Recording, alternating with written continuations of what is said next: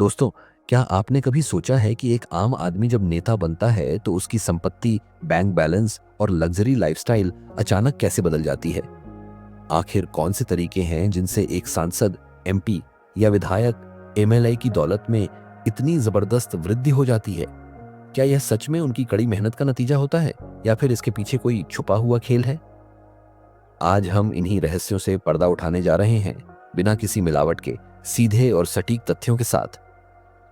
एक आम इंसान जब चुनाव लड़ता है तो उसके पास सीमित संसाधन होते हैं, लेकिन जैसे ही वह चुनाव जीत जाता है उसकी जीवन शैली पूरी तरह बदल जाती है। रिपोर्ट्स के मुताबिक कई सांसदों और विधायकों की संपत्ति चुनाव से पहले कुछ लाखों में होती है, लेकिन केवल 5 साल बाद वे करोड़पति बन जाते हैं। सवाल उठता है, आखिर यह पैसा आता कहां से है? नेताओं के पास पैसे कमाने के बहुत सारे छुपे हुए तरीके हैं, जैसे कि ठेके और टेंडर का खेल। सरकारी प्रोजेक्ट्स और कॉन्ट्रैक्ट्स का आवंटन सांसदों और विधायकों की मर्जी से होता है। ये लोग अपने खास आदमियों को ठेके दिलवाते हैं और बदले में मोटी रकम कमीशन के रूप में वसूलते हैं। सरकारी निर्माण कार्य, सड़क निर्माण, पुल, सरकारी खरीद और अन्य इंफ्रास्ट्रक्चर प्रोजेक्ट्स में बड़े पैमाने पर भ्रष्टाचार किया जाता है। अगला तरीका है जमीन और प्रॉपर्टी घोटाले। नेताओं पर यह आरोप लगता रहा है कि वे सरकारी या सस्ते दामों पर मिलने वाली जमीनों पर कब्जा जमा लेते हैं और बाद में ऊंचे दामों पर बेच देते हैं।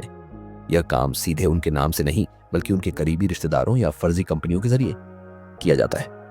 कुछ मामलों में तो किसानों से जबरन जमीन खरीदकर उसे व्यावसायिक उपयोग के लिए महंगे दामों पर बेच दिया जाता है।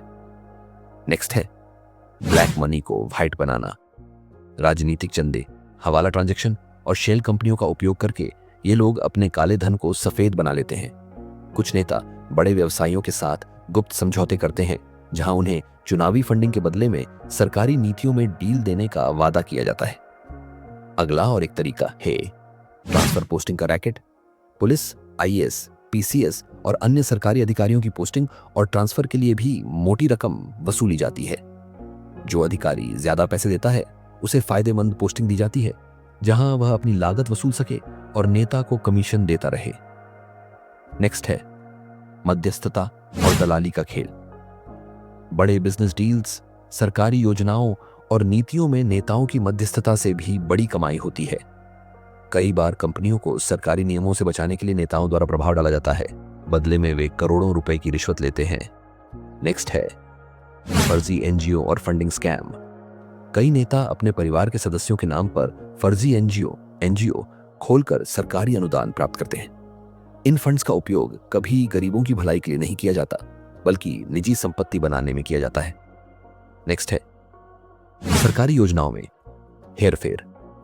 मनरेगा, राशन योजना, आवास योजना जैसी कई सरकारी योजनाओं में फर्जी लाभार्थियों के नाम पर पैसे निकाले जाते हैं। इसमें सरकारी अधिकारी और नेता मिलकर हेरफेर करते हैं और करोड़ों रुपए की हेराफेरी की जाती है। हर चुनाव के समय नेता गरीबों की भलाई, नौकरियों के अवसर, विकास योजनाओं और भ्रष्टाचार मुक्त प्रशासन के बड़े बड़े वादे करते हैं, लेकिन जैसे ही वे सत्ता में आते हैं उनका असली मकसद सिर्फ अपनी तिजोरी भरना होता है। आम जनता को भावनात्मक मुद्दों में उलझाकर असली समस्याओं से भटका दिया जाता है। धर्म, जाति, क्षेत्रीयता के नाम पर लोगों को लड़ाया जाता है ताकि वे असली मुद्दों पर सवाल ही ना उठाएं। अगर हम चुनाव आयोग की रिपोर्ट्स और association for democratic reforms ADR के आंकड़ों को देखें तो पता चलता है कि भारत के 50% से ज्यादा सांसद और विधायक करोड़पति हैं। कई नेताओं की संपत्ति हर चुनाव में दोगुनी से भी ज्यादा बढ़ जाती है। उदाहरण के लिए, एक विधायक की संपत्ति 5 साल में 10 करोड़ से 50 करोड़ तक पहुंच जाती है। कई सांसदों के पास अरबों की बेनामी संपत्ति होती है, जिसे वे रिश्तेदारों या फर्जी कंपनियों के जरिए रखते हैं। राज्यसभा और लोकसभा के कई सदस्य बिजनेस एम्पायर चलाते हैं, जबकि उनका मुख्य कार्य जनता की सेवा करना होता है। निष्कर्ष, जनता को यह समझना होगा कि जो नेता सिर्फ 5 साल में करोड़पति बन रहा है, उसने गरीबों और देश के विकास के लिए क्या किया। जब तक हम सवाल नहीं उठाएंगे, तब तक यह भ्रष्ट सिस्टम चलता रहेगा। हमें अपने हक के लिए आवाज उठानी होगी और अपने नेताओं से पारदर्शिता की मांग करनी होगी। अब सवाल यह उठता है कि क्या हम अपने नेताओं से उनकी संपत्ति का हिसाब मांगेंगे? अपने विचार हमें कमेंट में बताएं और इस तरह की और एक्सपोज स्टोरीज के लिए द डार्क रिपोर्ट को सब्सक्राइब करना ना भूलें।